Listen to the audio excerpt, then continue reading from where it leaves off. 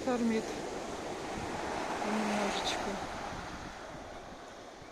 Ну ладно, буду вынесем на таком. Классно.